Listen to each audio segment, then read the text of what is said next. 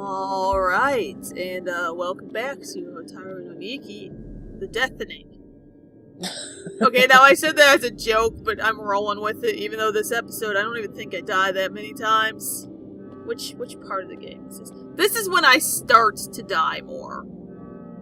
This is when I start to realize, you know what, maybe this game isn't as fun as I was having before I got to that boss. But it's okay, I'll keep pressing on, and I'm sure I'll get the hang of it before you know it. See, you know, I think something that would have made this game better is if Mion had, like, basic survival instinct. I think that would have made the game a lot smoother. I mean, I could say she's got a pretty good reason for not having survival instinct. Oh, foreshadowing story. In that, remember how I said they're not always the same Mion? Mm-hmm. Well, if I say that she wasn't born yesterday, that'd be true. She was born today. Oh god, is she a clone? Yes. Is she a plant clone? Yes. Oh my god. I spoiled that a little early. Sorry. Well, is the real Mion dead? Well... What memory seed do we find that out in?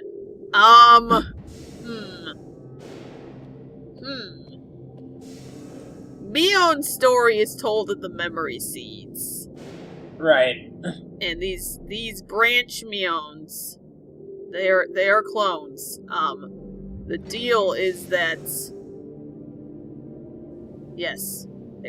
See, I told you that too soon because now I can't tell you why every time's a different Mion. Because that's in, like... That... Oh, jeez. Which memory seed is that? I mean, it's all just... Again, it's nonverbal storytelling, but, this underground... Parts of this underground are the lab. Or what is left of the lab. That we were in the second memory seed? Yes. Well, actually, the dad and the mom both have a lab. It may be the same room and they just move their machineries around. I'm not really sure. How do they afford to just have labs in their houses? I don't ask questions, Brian. Like, the closest thing I have to a lab is my fucking garage. Yeah, right, it would be really nice if I could have, like, a fully functional, fully stocked goddamn lab. Well, maybe you need to be a botanist. I wasn't aware that there was that much money in botany, but, yeah, I die here a few times because I'm being stubborn. I think I cut most of them out because I die in the same exact way several times. Oh, there we go. That is the achievements for... Which one? That should be... Hang on, let me see. That was Unending Resolve? Which achievement is that? There's no way I got the 100 death one already. That's gotta be the 20 death one? Let's see. Why does she keep falling over? Because she's an infant. Well, she can walk. No! I mean, she was running a minute ago. No! She was, though.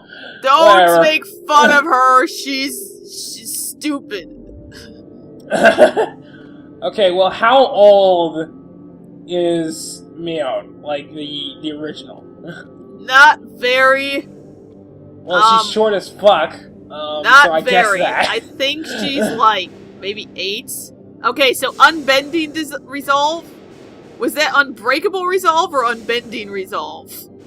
I couldn't read it. I could have sworn it was the one where she's laying down. But that would be the 100 death one. And there's no way we already got to the 100 death one. Because I didn't die that many times against in the first chapter. So that must have been the 10 death one. We'll get to Wait, the how 100 death one pretty soon. How many death-oriented achievements are there? Just the 2. Okay. Actually, no. Technically, there is another death one, but that's for dying in a very specific way. Okay.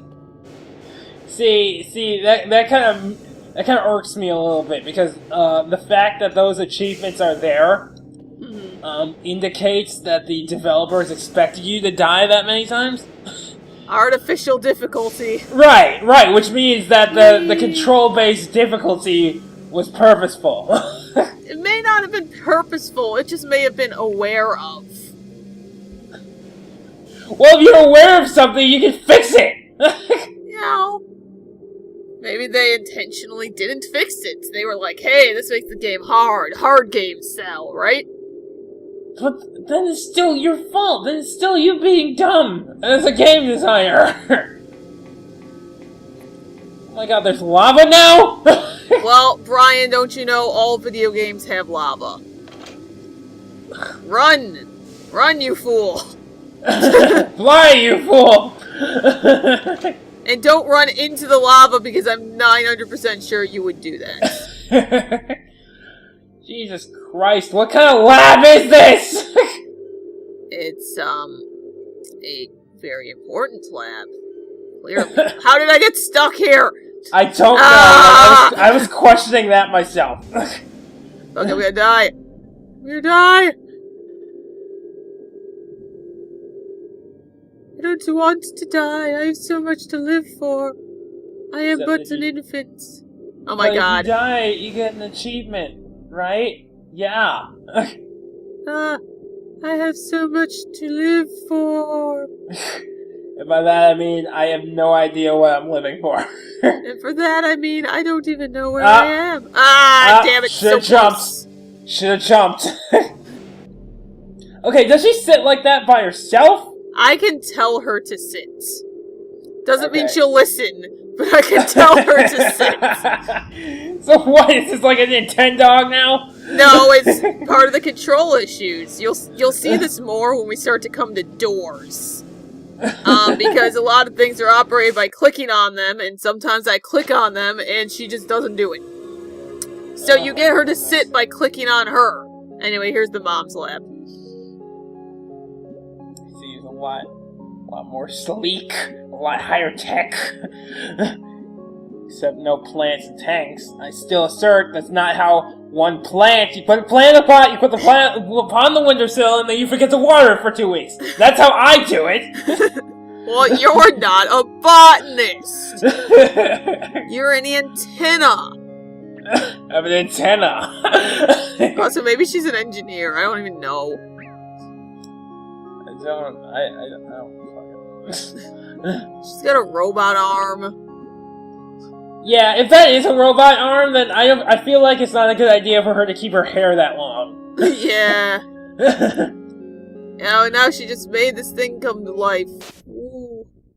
Also, no matter what type of scientist or whatever they are, I really don't think it's a great idea for them to let their daughter in their labs. Oh yeah, she doesn't even have proper lab equipment or anything. Yeah, like, she doesn't know what the fuck is going on. Lab safety 101, losers. Jesus. First rule, make sure they know what they're doing. Second rule, do not drink out of the beakers. Don't pipette things with your mouth. Oh my god, my mom actually used to do that. What? Not everybody. Okay, the professor told them to do that before it dawned on people that was a shitty idea. Okay, like, I knew my parents played with mercury and shit, but oh my god, that suddenly all those rules for the chemistry lab make sense. They also worked with asbestos. Did they eat lunch with the chemistry equipment? Because that's the rule that always confused me.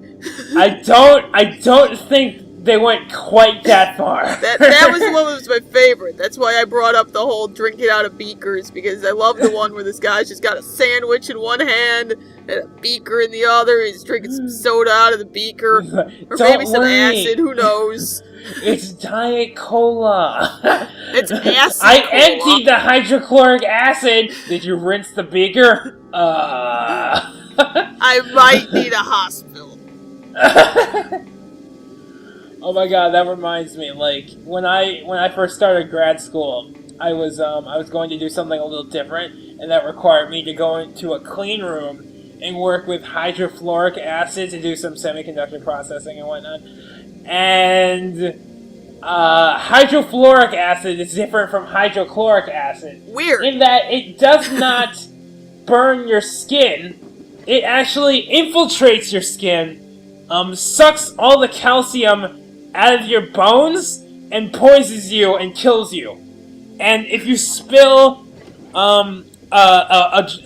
if you have a spill on it the size of like a little bigger than a quarter, it might be too small, but maybe a little bigger than the lenses of your glasses, then it'll kill you if you don't do like this 5-step neutralization procedure while also calling an ambulance and making sure you don't die. So I'm like, I'm not doing that.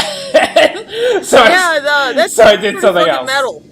Yeah, I was so scared. There was a person who lost their thumb because they spilled a little droplet of hydrofluoric acid on it. Wow. So yeah, engineering. See, okay, to be fair, I know we mentioned before that I went to psychology, but my favorite hard science was chemistry. Mm-hmm. Except for the fact that I have a fear of chemical contamination. Right. Which as you might realize, it makes it a little difficult to do things like that. Right. Exactly. Like I'm an electrical engineer, but I don't do any high power things because I don't want to electrocute myself and die. I prefer not to do that. So you'll never see me working on like high power radars or power engineering or anything like that. I stick with like low power stuff. That it might give you a shock. Yeah, it might give me a shock. Well, antenna things can deal with high power things because radar work with like kilowatt signals. More than that, if you stand in front of a radar at your airport, it will kill you probably. Well, yeah, because aren't those the ones with the big dishes to amplify? Yes. Yeah, they're very high gain and very high power. So they will fry you like an egg. So don't do that. Pixel Comm Squad, do not do. Yeah, do not do. Different from our moment of science. Related, but... I mean, there was a moment of science before the do not do. Just a bunch of disclaimers. Like things that aren't even related to what we are actually doing on screen. Well, like, they were related to science. They're scientists. Mm-hmm. Neither of them are chemists as far as we can tell, but they're scientists. By the way, I think I'd like to note that wearing a lab coat does not make you a scientist. Bill Nye! I thought he does have a doctorate in something, but it's something random. No, he has a bachelor's degree in mechanical engineering, and that's the extent of his qualifications. Really, that's it? Yep, that's it. I thought he was a little farther than that, but okay. Nope! You know, I gotta say something. I always wanted a lab coat. Okay, real talk. That's all I ever wanted, was a lab coat and a clipboard and to watch people through a one-way mirror. And I picked the one branch of science where you can't use a lab coat because that introduces a compounded variable. Good job, Ariel. Damn. Good job. You shot yourself in the foot. Stupid obedience to authority. Now, see, I could wear a lab coat, but it would do literally nothing. Yeah, I don't think it's going to help you. It just makes you feel better. Yeah, so I opted not to. Yeah, see, we can use them, but then you have to account for that. Yeah, or it needs to be part of what you're testing for, because they have found that people will try to give the results you they think you want if you have a Studying people is so hard. Psychology gets a bad rap because people are literally the hardest thing to study. Because they're inconsistent as shit. I understand that. Like, you're basically charting why people react to things, and there's so many in certain ways, and there's so many variables. And we can't get rid of the variables. Like Mr. Botanist over there, he could put his plants in only a certain soil with specific nutrients, so he can figure out which nutrient does what to the plant. We can't do that to people. That's illegal. Yeah. Right. Not that it shouldn't be illegal. Curse! Damn consent forms. Okay, side note, real talk though, because you know how, was it Milgram? Oh, shit, I can't even remember. The obedience to authority, the shock study. It's always cited as such a terrible, like, this is what you shouldn't do, but if you actually read the study, they did consent forms. They did informed consent. They followed up with the people afterwards to make sure they were okay. I don't see what they did wrong.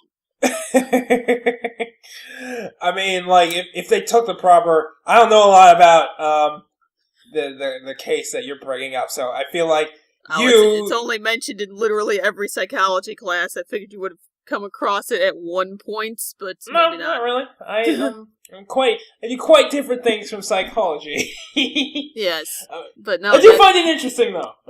No, that's... I think Milgram might have been the prison study. You know what? I'm gonna look it up because I'm bothered now. Okay. I am perturbed. This is bothering me more than dying a million times. Yeah, it is Milgram. Okay. Yeah, it sounds vaguely familiar, but I don't know the details. Yeah, no, we actually read part of it, like the actual published paper, and I'm just like, I don't see what they did wrong, besides the fact that they shocked people, but there was consent involved, so... I mean, did they sign a waiver? Did they sign something? Yeah. Okay, well then all bets. That's supposed to be... Every psychology class brings that up as the study for this is why we have to get informed consent and a board of approval, and this is why our lives are hard, because we need to do these things to make sure that the participants are safe. And I'm just like, okay, but they actually followed up with the people afterwards, like, and everything, and it was like the 50s. Who did that in the 50s? Anyway, though, this has been a PixelCom Squad episode of Science. The Deathening. Tune in next time for Die Another Day 300 times.